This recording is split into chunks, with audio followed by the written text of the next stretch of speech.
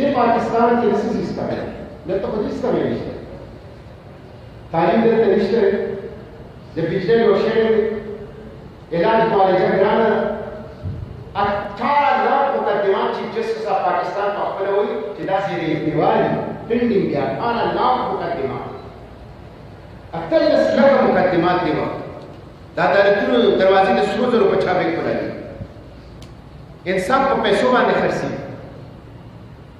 इच्छा था इंसाफ न मिला जमून पलास की अमेरिकी गुलामी करे आजाद मत करे खुद मुख्तार मत करे دا څه چې قیادت نشته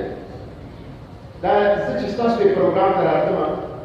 سپریم کورټ کې د پی آی اے کیس راغلی پی آی اے 350 ارب روپے خساره کړو 350 ارب روپے خساره دا صرف د پی آی اے دا څه واګدار دا څه ریلوی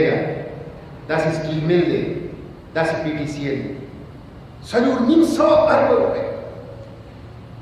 دا څه خلک مسلط دي د رسول الله په امت په پاکستان کې او د پاکستان نه بهر چې بدترین قسمه کړي دي موږ یې په خپل وسایلو کې غربت کې چولی او پسماندګۍ کې چولی د تعلیم نه محروم کړي ترقۍ نه محروم کړي د لاس خپل کړي دشمن ته ورسېږي قیادت لیډرشپ حکومت او حکمرانی دا بنیاد دی زما به دا درخواست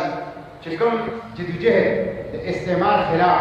د اسلام او د شعائر اسلام د تحفظ لپاره په تاریخ کې علماء کرام کړی نن د رسول الله امت ته هغه څه خطر راغلی دا د امریکې خطر دا د تاتاریانو هغه خطر د امریکې چې کوم اتحاد جوړ کړی او دا کوم ظلم چې د رسول الله په امت روان دی دا د تاریخ سنگین ترین خطر د تاریخ په دې سنگین ترین خطر کې د امت قیادت په دا علماء کرام شعور ورکړي تعلیم ورکړي او پوهه ورکړي عزیزان متحده مجلس یې موږ د دغه لپاره جوړ کړی زه خدای شاهد کوم او دا د علماو مجلس دی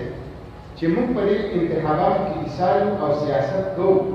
نو زموږ د انتخاباتو د ایثار او د سیاست مقصد الله شاهد کوم چې صرف دا دی چې د رسول الله د حکومت په تخت باندې کېږي زموږ سیاست د دې لپاره دی که چېرې داسې پکې نه سیاست ته لس کړه سلام چې د رسول الله دین د حکومت په تخت کې نه د مملکت او د سیاست او د ریاست په چاپیانو د قرآن او سنت تسلط شي د دغې لپاره ووټ کوو د دغې لپاره سیاست کوو او د دغې لپاره د عبادتو تولید پارلمنټ کوو او الحمدلله چې کله هم تللي د تاریخ زموږ وګورئ موږ همیش د دغه مقاصدو دپاره مجاهدانه کردار ادا کړی موږ که مجلس امام جوړ کړی دی موږ د دې لپاره چې دا دیني قوتونه یو ځای کړو او دا کومه خطره جومات ته ده مدرسې ته ده عقیده ختم نبوت ته ده ناموس رسالت ته ده اسلام او شعائر اسلام ته ده او د رسول الله امت مظلومه دی څوک د هغې د مدد د هغې د نصرت نشته دی د دې مسایلو د حل لپاره دیني قوتونه دیني تحریکات دیني ادارې یو ځای کړو یو قوت ترې جوړ کړو یو طاقت ترې جوړ کړو او د سیکولریزم او د لیبرلیزم او د انجمن غلامان امریکا مقابله وکړو